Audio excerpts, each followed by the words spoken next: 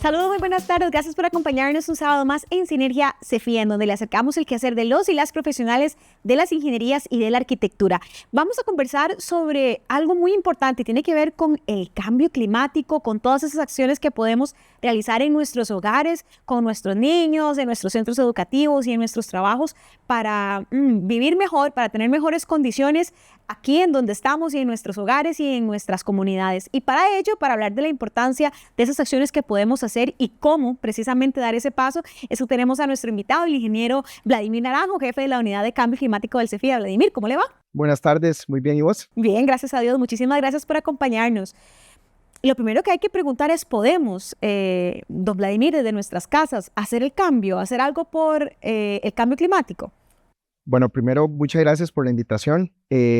Sí, ciertamente, creo que como en todo en la vida, se puede empezar desde lo más pequeño, desde la unidad más pequeña, hacia la sociedad como un todo. En este caso, el hecho de tener buenas prácticas a nivel del hogar, a nivel inclusive desde un punto de vista de educación, desde los más pequeñitos, pues nos lleva potencialmente a ir generando ese cambio y esa educación que necesitamos dentro de nuestras casas para poder generar esas soluciones. Como en todo en la vida tiene un aprendizaje, hay que saber cuáles son, porque ciertamente hay muchísimas prácticas que a veces parecieran ser desde un punto de vista pues sostenible, pero van en detrimento de otros aspectos. Entonces, en ese sentido, creo que sí se puede, sí se puede hacer ese cambio, sí se puede trabajar desde casa y pues simple y sencillamente es tener orientación exactamente de cuáles son aquellas acciones que podemos hacer y que podemos implementar para ayudar en este caso adaptarnos o mitigarnos al cambio climático, dependiendo del enfoque. ¿Cuáles son algunas situaciones en las que debemos tener conciencia de que estamos ante un efecto, una consecuencia, usted nos va a decir cuál es la palabra correcta, del cambio climático? Algunas personas en algún momento, hace algunos años, hablábamos solo de deforestación o nos hablaban de el hueco en la capa de ozono. Era quizás algo que escuchábamos, pero lo veíamos muy lejano. Lo cierto es que los efectos sí los tenemos de forma inmediata y se nos recrudecen un poco más. Pero ¿cuáles son algunos de ellos para identificar? Por ejemplo, el calor extremo o el frío extremo que siento y que hace algunos años no experimentaba es una señal de esto. Así es. A nivel de el clima como un todo, hay que entender que una cosa es el cambio climático y otra cosa es la variabilidad climática. Desde un punto de vista de variabilidad climática es algo pues, que normalmente tenemos en el ciclo natural de la Tierra. Hay inviernos, hay veranos, hay precipitaciones o lluvias, hay calor, y en otras latitudes pues está el tema de las 4 estaciones, la primavera, el otoño. Bajo esa premisa, cuando nosotros logramos identificar un cambio a lo largo del tiempo, tenemos una manifestación como tal de cambio climático. Y tan solo para mencionar un ejemplo, si nosotros en un verano cualquiera tenemos una tendencia a sentir más calor, no quiere decir que ese calor extremo se vea debido al cambio climático. Hay otros factores que también habría que tomar en cuenta, como un tema, por ejemplo, de la generación de estas islas de calor que se están dando en las ciudades, donde tenemos cada vez menos árboles y más edificios. Pero lo cierto del caso es que es distinto cuando usted ve tendencias en la temperatura hacia el alza por periodos muy largos de tiempo. Estamos hablando en este caso de décadas. Normalmente, el tema de cambio climático se mide en periodos de tiempo que típicamente van en periodos de 30 años. Sin embargo, hay muchos datos que no han estado disponibles por un tiempo específico. Entonces, dependiendo de la zona en la que esté, dependiendo de la información que tenga disponible, lo que tendríamos que empezar a analizar es la tendencia para ver si esto efectivamente es un tema de cambio climático o no.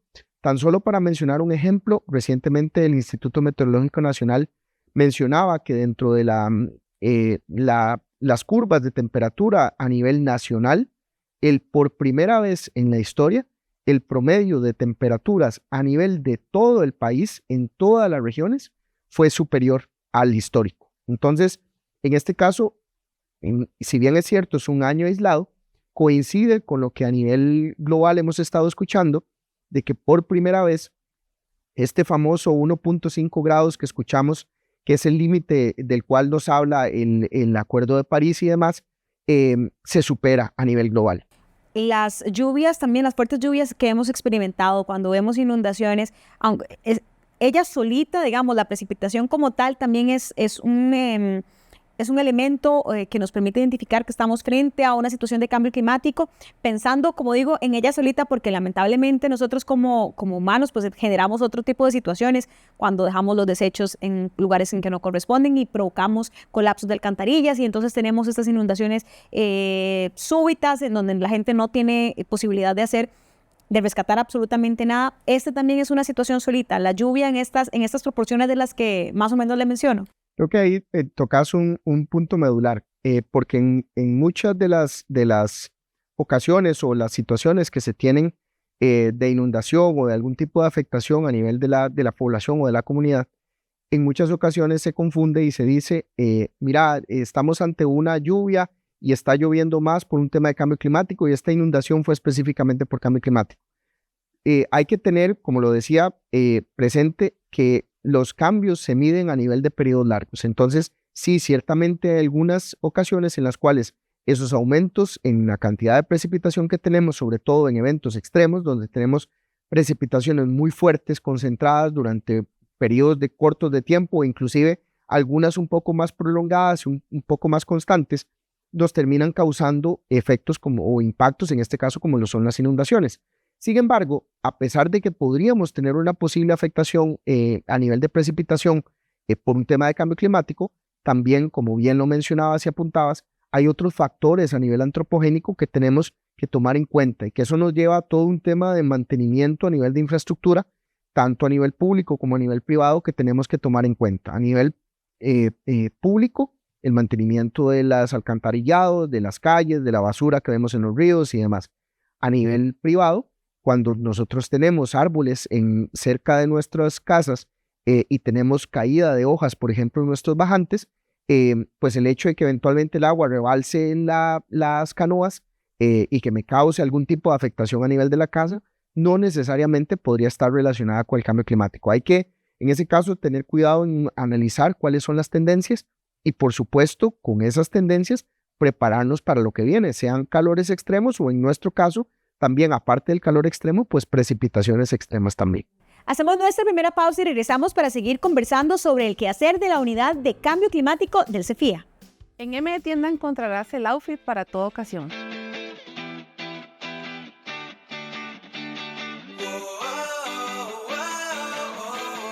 Todas nuestras prendas se encuentran en tendencia y a precios súper accesibles. Te invitamos a visitarnos en nuestra tienda física ubicada en Acerrí, Plaza Geisa, local número 5. Además, a seguirnos en nuestras redes sociales y también pueden hacer sus compras por medio de nuestro WhatsApp y nuestra tienda virtual. Hacemos entregas a todo el país por medio de Correos de Costa Rica.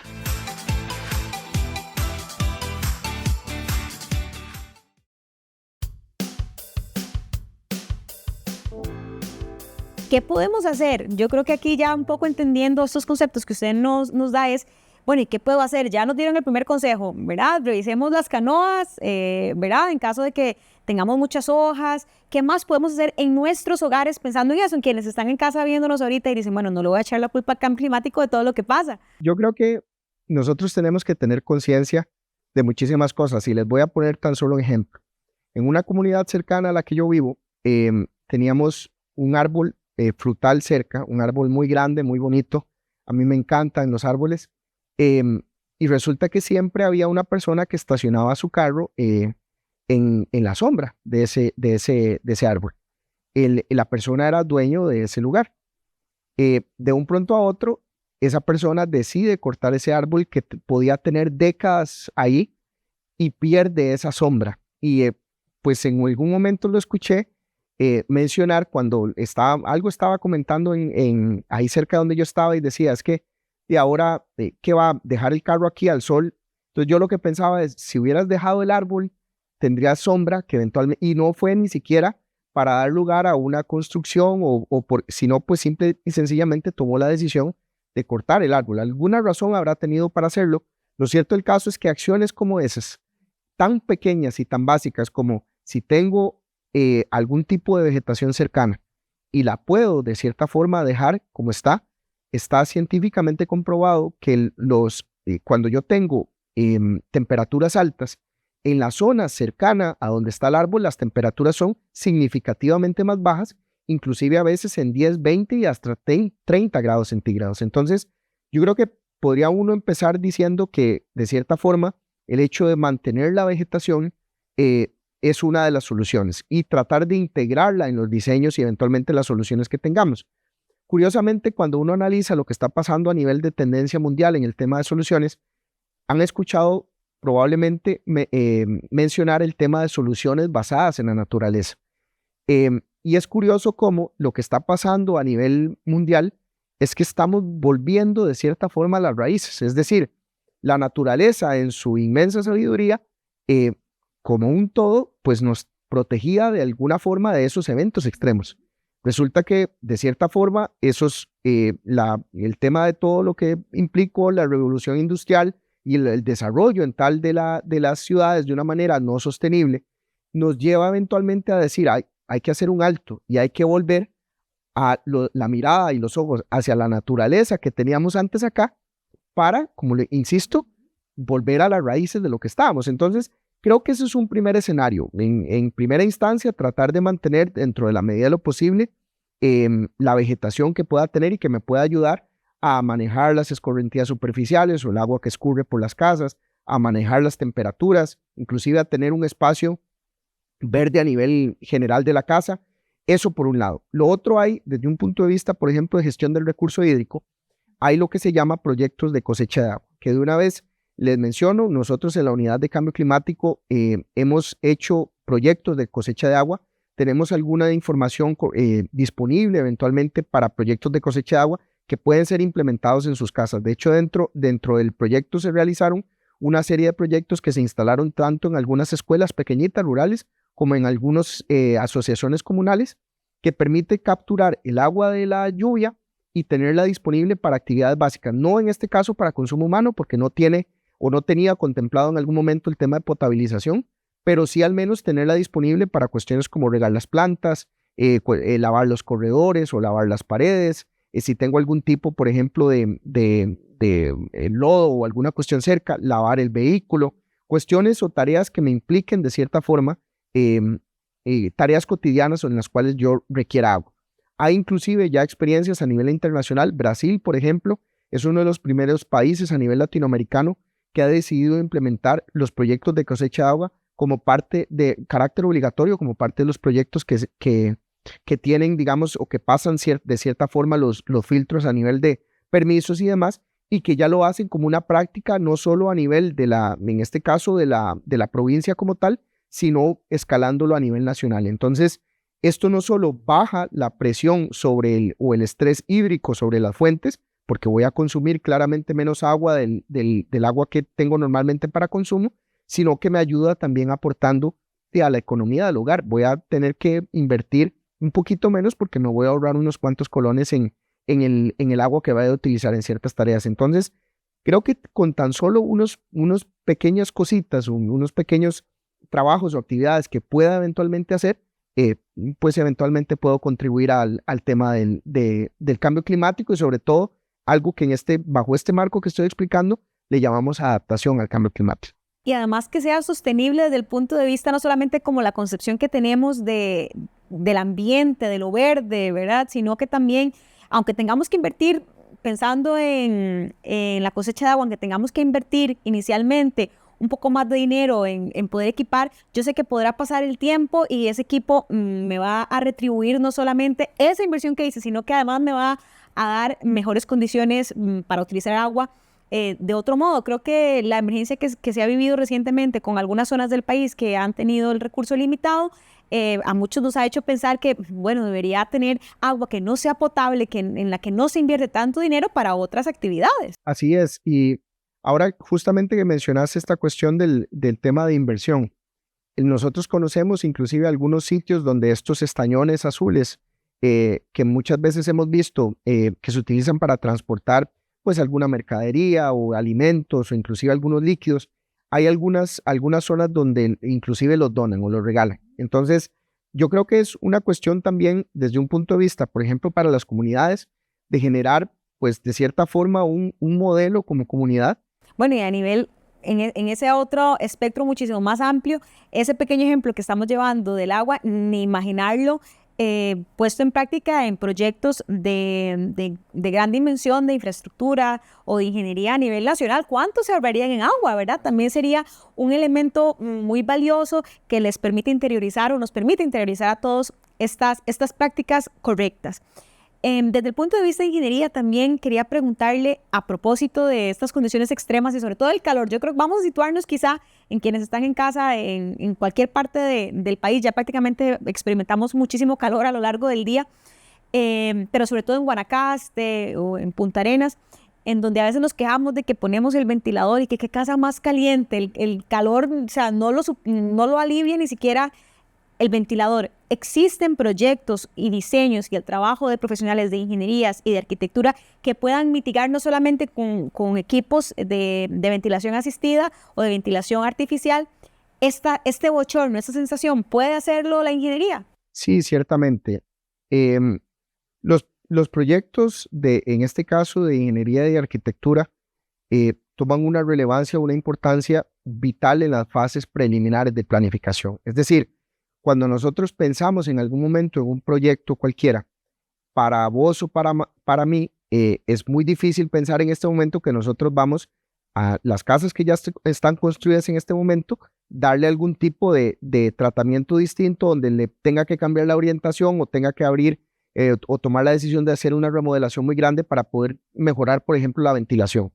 Sin embargo, si desde la etapa conceptual, incluyendo desde el emplazamiento como tal del proyecto, yo tomo acciones de la orientación de la edificación, de tomar en cuenta, por ejemplo, de dónde nace y dónde se oculta el sol, de tener la orientación del viento, por ejemplo, todo este tipo de cosas de una forma natural.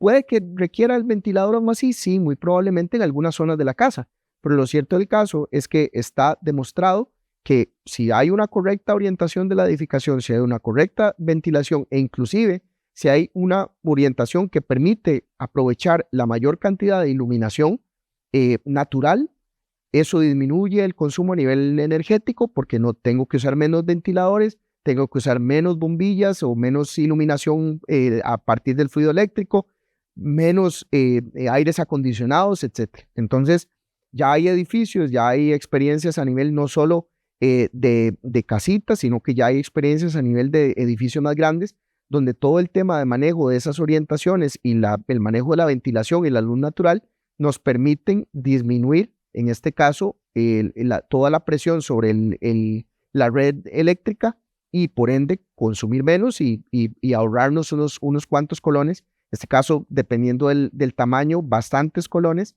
desde un punto de vista de sostenibilidad, ¿verdad? Entonces, ve que ahí empezamos a mezclar conceptos con temas de cambio climático, de las tendencias que vamos a tener hacia futuro, de algunas zonas con mayores temperaturas, cada vez más de ese bochorno de temperaturas más extremas, y empezamos a mezclarla con un concepto también de construcción sostenible, donde la sostenibilidad y el tema de cambio climático y de cómo trabajar estas cuestiones van de la mano. Es decir, no son cuestiones independientes, es un enfoque integral.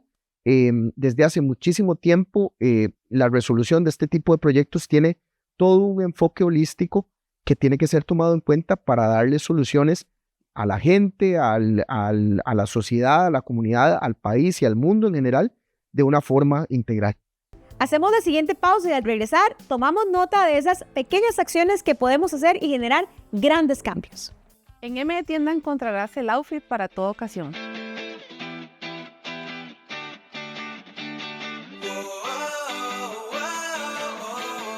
Todas nuestras prendas se encuentran en tendencia y a precios súper accesibles. Te invitamos a visitarnos en nuestra tienda física ubicada en Acerrí, Plaza Geisa, local número 5. Además, a seguirnos en nuestras redes sociales y también pueden hacer sus compras por medio de nuestro WhatsApp y nuestra tienda virtual. Hacemos entregas a todo el país por medio de Correos de Costa Rica.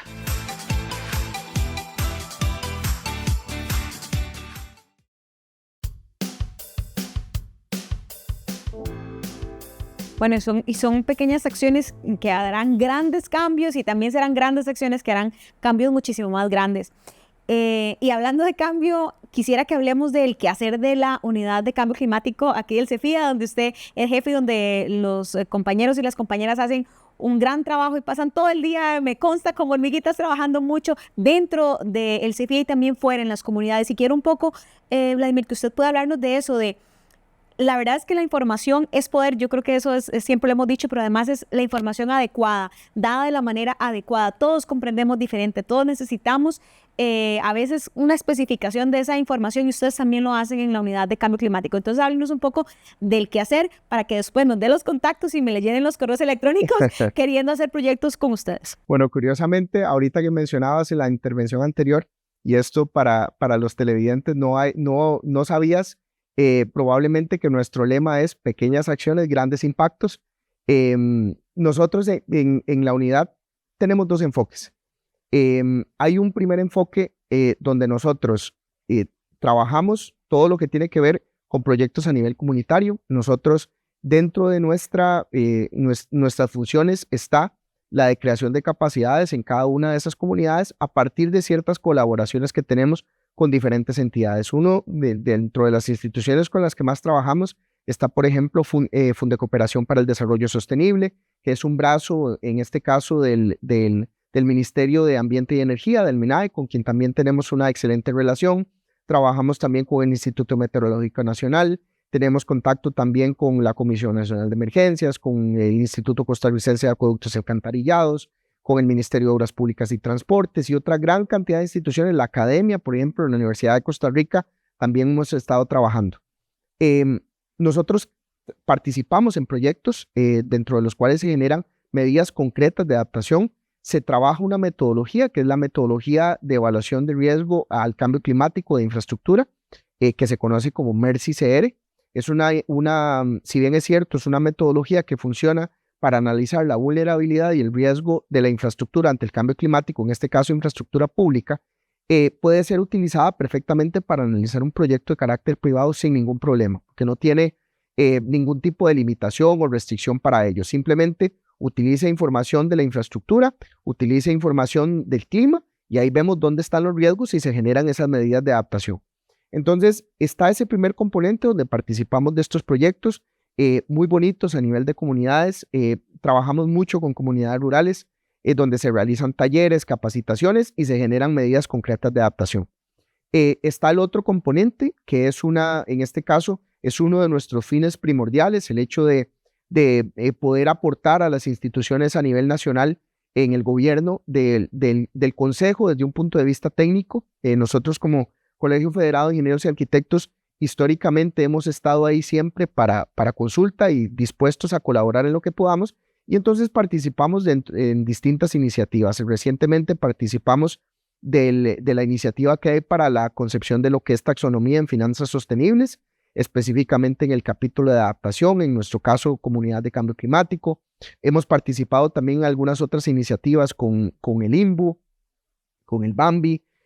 También hemos participado en las mesas de infraestructura, colaboramos también con la Contraloría General de la República, es decir, hay un apoyo en este caso a todo lo que tiene que ver con el componente gubernamental. Y adicionalmente ya tenemos un componente que hemos venido trabajando recientemente, porque hay que recordar que a pesar de que nosotros venimos trabajando en este tema acá en el Colegio Federado desde 2010 más o menos, ya tenemos casi 15 años de estar trabajando en estos temas. La unidad de cambio climático como tal tiene solamente 1 año y 2 meses. Es joven, sí, es joven. Crece rápido. Pero lo cierto del caso es que nosotros tenemos claro que esa necesidad del dato que vos mencionabas y de la información para nuestros agremiados, para la población en general, es vital. Entonces, una de las cosas que estamos tratando de desarrollar no solo es el componente de investigación, sino también de capacitación. Estamos trabajando en la creación de un curso precisamente de esta metodología que les menciono de MERSI, que después va a estar abierta al público a través de nuestro Centro de Desarrollo Profesional o CENDEPRO. Estamos trabajando en ello, esperamos a lo largo de 2024 poder desarrollarla y poder tenerla lista. Ahí vamos a estar aprovechando el espacio de sinergia para hablar eventualmente sobre cuál es el momento en el cual a partir del cual va a estar disponible.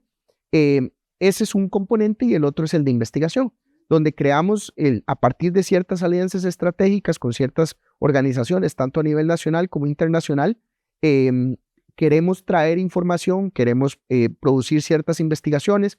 Una de ellas, por ejemplo, estamos tratando la solicitud del Ministerio de Ambiente y Energía de trabajar una guía para soluciones basadas en la naturaleza, que estamos empezando en esa investigación a nivel general, me refiero no solo a nivel de Costa Rica, sino a nivel regional.